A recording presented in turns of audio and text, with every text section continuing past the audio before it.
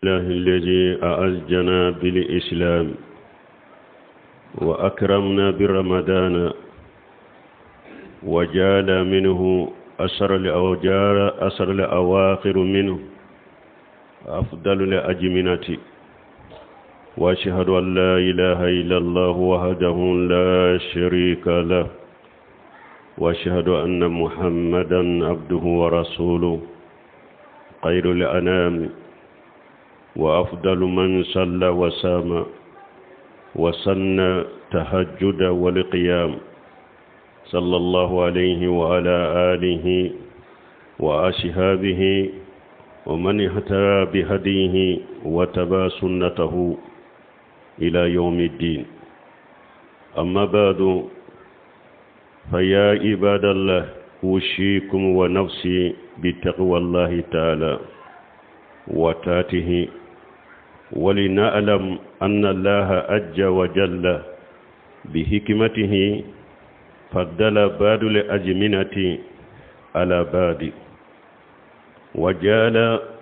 منها مواسم للتجارة الرابحة مع الله سبحانه وتعالى. أمبي على التنو مسمي نايام بنياني سلامية مسمي نيانكورتاني سلامية كم بنيا كان كرما كسونغالو داما sungalo aye tallabayin fana ke sungalo la kafasa mantiya di tallabayin fana ma sungalo toka ambe sheria masite minni bato ciela makka kani ala kelempe ute janyogonte ala la ambe sheria muhammadu alaka jondo alaka cidendo alede kausa ni damfembe alede mogoye mogo sallira alede ye salli baga be nyumay alede sumbaga be nyumay alede ye minye su joli ani sufen nafila aya ake amma sunnaye kisi ani nema be ciden kana ka dunka wana ka shebon ani mogo kandarani aka kanda sirai ani mogo ya ka sunna bato fokata yomal kama do fokata saka kunu do fokata sarali do no temena kaboy alaka jon mbe woshiya kan kenyere kunyani awu ambe kasiralanye masamin kurtalendo ani anka alabato anka do ala masamin kurtalendo aye wagatu do fasamantiya wagatu do ka ala ye wagatu do fasamantiya wagatu do ka wagatu do ke teretu ye ka jago ke sariya ye o tereti wagatu kono jago mi ni ba ke kafara ala ka masami asenalen do kortalen do bal mo sungalo min fuleni nye ala ya fasamantiya kalo to ka tallabayin fana ala yo fasamantiya sungalo toka tallaba su ana tilew ala yulu fana ke wakati barikala mawye ko ke wakati fasamantuye sungalo toka wani aisha radhiyallahu anha قالت كان رسول الله صلى الله عليه وسلم يجتهد في رمضان ما لا يجتهد في غيره ويجتهد في أسر الأواخر منه ما لا يجتهد في غيره أرواه البخاري أم بايشة على كجي كبواما أكو تشيرين تنبي يرجيجاب منك سنغلو لا كوا تنتو كي كالو تولا كوني سنغلو جورا كو تشيرين بي يرجيجاب منك سنغلو لا كوا تو كي كالو تولا كو سنغلو تلبان فنا ko ciden be yere jijam minke ola ato ke sungalo to fanala sungalo tallaba ciden be yere jijam minko fanala ato ke kalo towla ciden be se kan nafila ke abe sinugo men ni sungalo tallaban sera ciden be do fara batoka ate sinugo ona namba aishatu bolo anni aisha radhiyallahu anha qalat kana rasul sallallahu alaihi wasallam ija daghala asr al-awakhir min ramadana ahya layla wa yagja ahlahu wa jadda wa sadda al-mijar muntafaq alayhi amba aishatu ko ciden tunkera konni sungalo tallaban donna ko ciden ba su bede nyanama tallaba sun ko ba bede nyanama ka beke batode ko ba ka demba ya kunu fana ko ka tallaba su ku nyanama ya ko ciden ba yere jija ko ciden be a cesira ba ka tapesiri kosobe mana tallabayna ciden be yelema misiri yere de kono kamma bo ka musowla kamma bo demba yala aba cesiri kosobe ka tapesiri kosobe ka gelaya ni hadisa Bukhari ni Muslim be na hadisa ina donc nunu ya yira nambalimo anya silembe sungalo tallaba mi nye silemba ma yere jija minke sungalo la batola dusukun kala sila fonnan siriyala tallaba doka farakade ciden tumba kabbato jidi tallaba in kono nandela awan balmo tallaba in min fulani nye lailatul qadri abe ale de kono inna anzalnahu fi lailatul qadr wama adraka ma lailatul qadr khayrun min alf shahr tanazzalu al malaikatu wa ruhu fiha بيجين ربهم من كل أمر سلام هي حتى مطلع الفجر نيمبي سونغالو طلبين دكونو ألاكو إنا أنزلناه في ليلة القدر كو علي قرآن جيغني كو يا دامنا ليلة القدر دلا كو ليلة القدر كو نمغمني علي بياما سونغالو طلبين كونو كو أباتو كوسا كالو باكلي باتوي sambi segi ani ko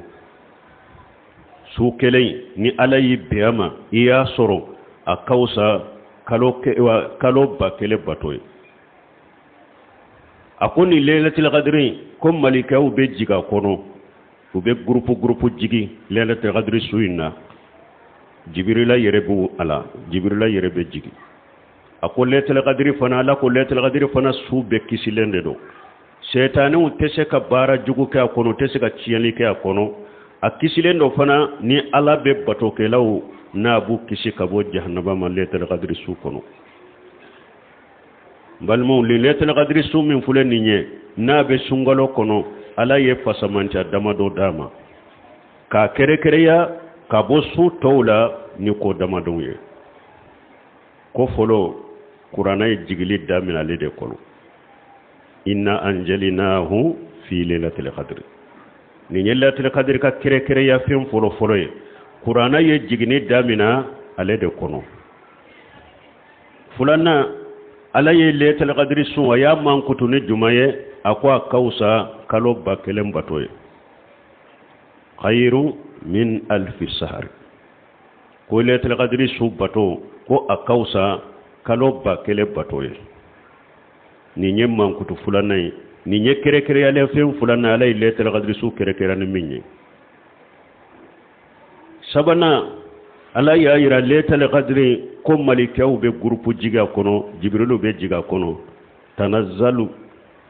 tatanazzalu fihi al malaika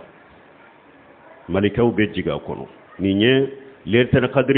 ala ya mankutu ko malikaw be jiga kono ni nya ka kere ya fenye kani sun to bo nyogona ni nye sabana nanina lailatul qadr su ala ya mankutu ko su kisilende do salamu hiya hatta matala al-fajr akole lailatul qadr su ko akisilende do fo kata fajiri keneci ni nye nanina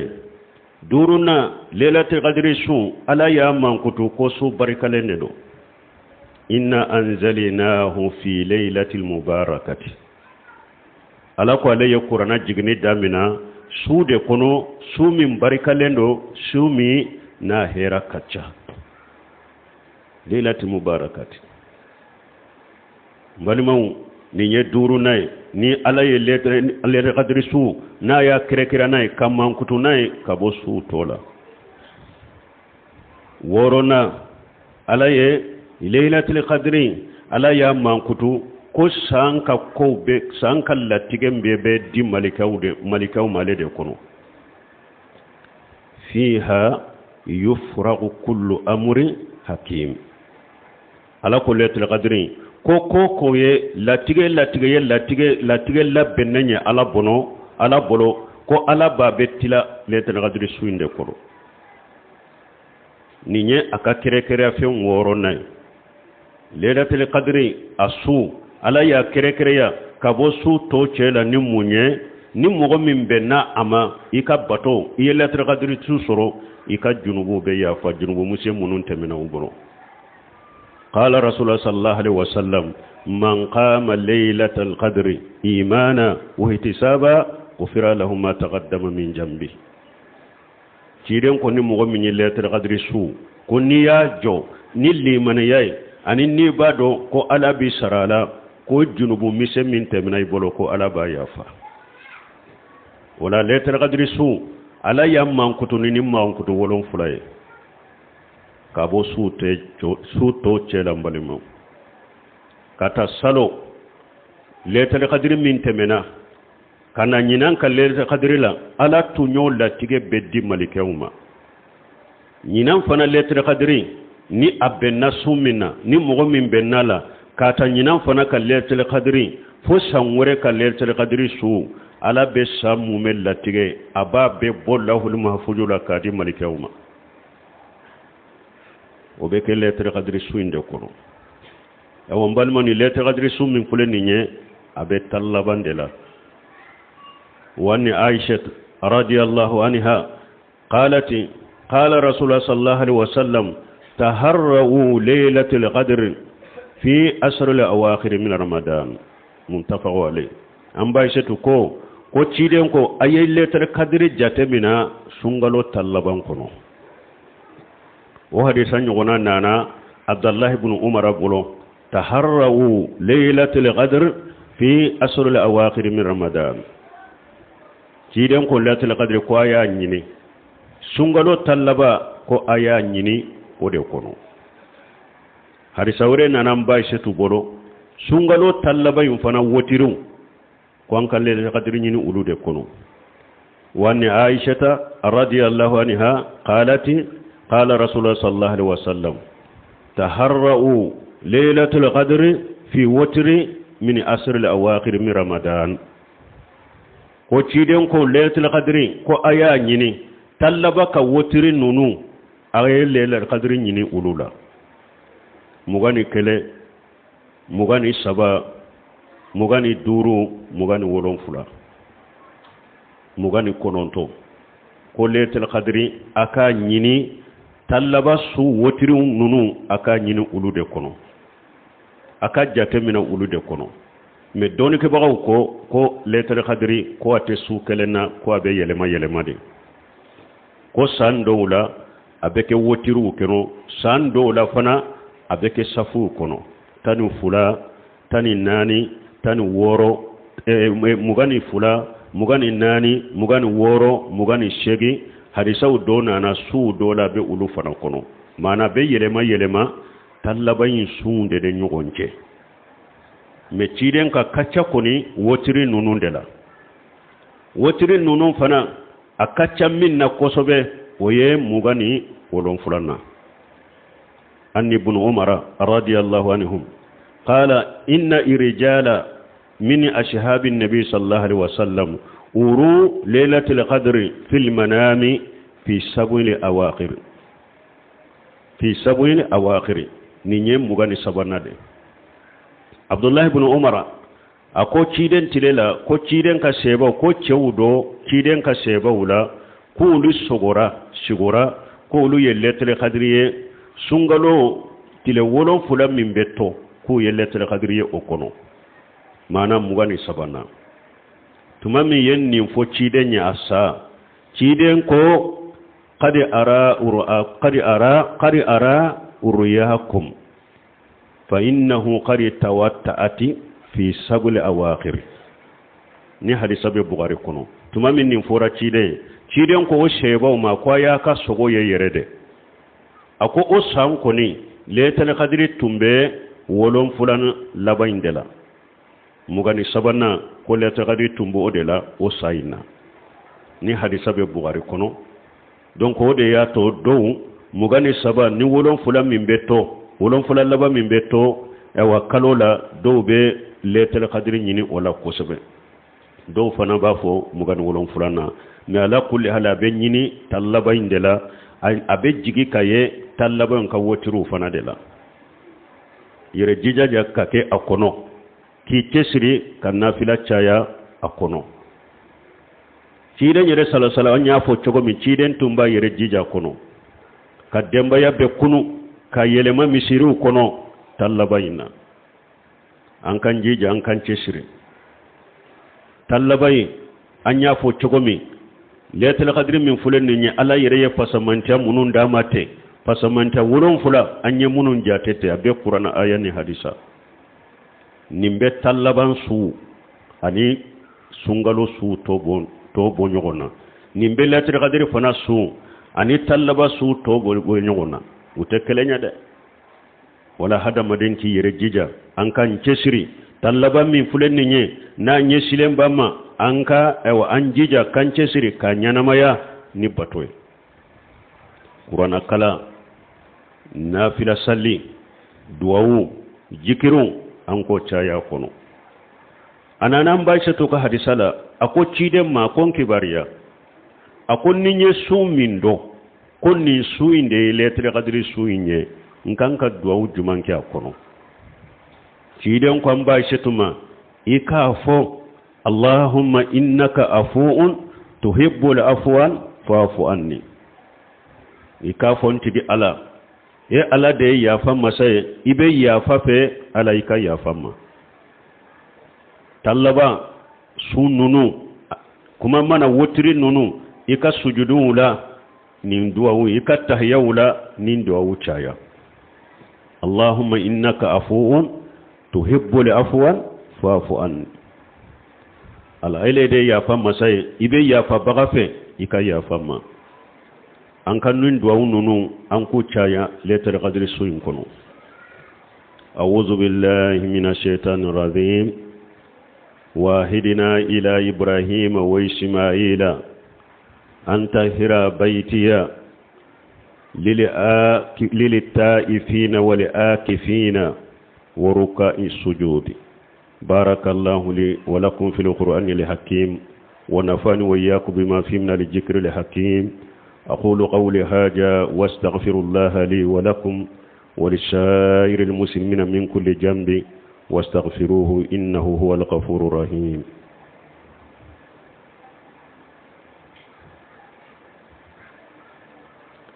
الحمد لله رب العالمين والصلاة والسلام على نبينا محمد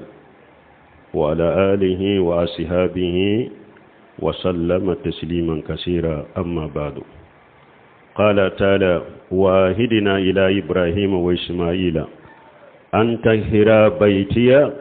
للتائفين والآكفين والركع السجود بل من طلبان كنو بتوره جمانبه الاعتكاف كيلما مسيري كنو كي مبو danfeuna ki mabbo hada madawma ki mabbo jinya sugula feuma ki lankolonya misiri kono kayelema misiri kono bato kama alako ko alaye ibrahima nyamariya ani ismaila ku fula uka ale alaka so alikaba ku ka seneya tawafukela wuye uka seneya itikafukela wuye uka seneya sallibagawiye wala alaye itikafu konte bato wala ya katanu itikafu sungalo tallaba bato dode itikafu ye sunnae fen kanunendo sungalo tallabanna ala ko qur'ana aya wurela wala tubashiruhunna wa antum akifuna fil masajid ala ko akana muso aka furmuso aka nu jenyogonya de aka nu kafo nyogonya nabe itikafu la misiru kono ni nya yira itikafu ni muso kafo nyonya teta ni koni be itikafu la sungalo tallaba imbe ibe jeyi muso kode ani muso kafo nyonya te sigata itikafu ciden ka sunna sallallahu alaihi wasallam wani aisha radhiyallahu anha قال كان الرسول صلى الله عليه وسلم يعتكف في أسر الأواخر من رمضان حتى توفاه الله ثم اعتكف جواجه من بعده منتفق عليه أم بايشة ko ciden tunkara ko sungalo tallaba ko ciden be itikafu ke fo kata fatu ko sungalo tallaba ko ciden tumbe itikafu ke ala fo kata fatu ko fatu len ko fe aka furmuso ye itikafu ke akofe donc ni nyayira na ko itikafu ka yelema misiri kono bato kama sunna de do sungalo tallabana awa muso fara besekake ni muso eka sobe misiri kerefe misiri mi hakili sigibe ko ini walli chete lankolonya ini walli chete nyagambi fitinate ibeseka itikafu ke mena ya soroni yere ya do misiri mimbe fitina be ibe siri yere nya fitina ye walli chew nyagami nyogona ube inu be lankolo nya yoro dola ibe yere kisi fitina ma ibe itikafu toye me fitina isranente yere koro fitina ye misiri minna muso ubu utaka udama muso ubu fa misiri kono ini chewte nyagambi ini chewte lankolo nya israelente fitina ye misiri kono ibe seka itikafu ke muso be seka itikafu ke me ni che jena naide ni che bi bolo kana yele ma misiri kono itikafu la ni che de ma jena ni che jena nae fitina te misiri kono ibe seka ke bo itikafu mo ni yele mana misiri kono yere sugula ni baton dronde wodi ato doni ke ba doko hari kani yere bila dina kalana mano ka fo ibe tawsiri ke ube be hadisa kalanke mugola doni ke bagaw sarafu doko ni be itikafu ke hari kanan nununke ibi yere sugula ni qur'ana kalande qur'ana kala jikiru bato duwawo ebe yere sugula ni nununde fengo fenye hadamaden sugula fende ani baro yere mabwama hari salafu do tumbu yere mabbo doni nyinina nube itikafula me kadersu lamen basiti kade masalafu yere do tumbu yere klosi doni nyini yere la nube itikafula uba beke batode parce que ale kunye ka yele ma misidi kono ka mabbo hada madawma ki yere sugula ni batu dronde telefoni munum bi bolote ika telefoni mabbo yere la ebe itikafula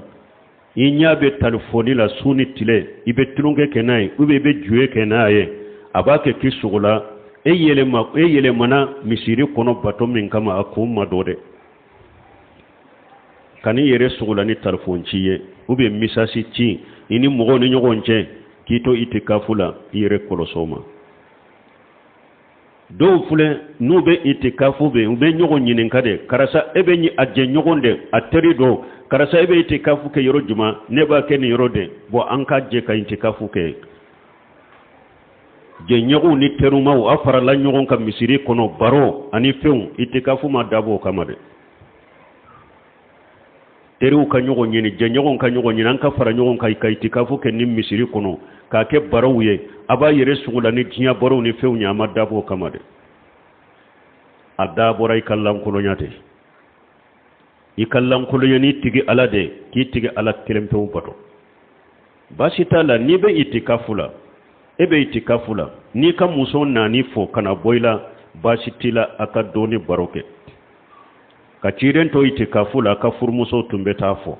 anu be baroke doni o kofe ube wuli kata basitola ni be itikafula ika demba ya ika muso kanipe misirila kanifoye aka baroke doni akata akana baro haramu ya lemfode basitola itikafu tigi ite bo misiri kono ni jinya sugula yede foko munu nye darura wuye mana ebe itikafula ebe misiri min kono nyegente saliji ko nani la foi ka bokata saliji tay ka sokono basitola ube janaba yisoro isogora idale misiri kono kasino janaba yisoro ewa nyegente misiri kono ko yorote misiri kono ika bokati ka sokono ki ko ikana bashitola ube ebe itikafula dumuni dimbagate ela ite sunguri suro ewa misirin kono ite suntige toro misirin kono adagarai ka boy katika sokono kata dumuni ke kana basite nununa nununya hadamare ndarura ni hadamare ewa hajude nunun te soro misiri kono doni ke ba ko abe daga ye ka bon nunun ka makatu ke kana meni ote jinya sugula mbetan ni wori bila yamfe mbena mbetan ni nchila yamfe ni mbena mbetan ni minanyi ni kalike sugula kana ote ke itikafula de fengo fenye jinya sugula yinye ite bo kama de ibeto misiri kono de ka ke bato de ka yelema misiri kono awa sungalo muga ni tile binna muga ni kelen su ni tile binna doro itikafu daminana itikafu mugo abe yelema misiri kono mana sungalo muga ni kelen ni tile bebbi akasoro iye kamina umbe ibe misiri kono ni tile binna doro itikafu daminana muga ni kelen ado tile binna doro itikafu daminana aka yelema misiri kono aka mabbo jinya baroma ani jinya sugulaw ka wiyere sugulani ala batoye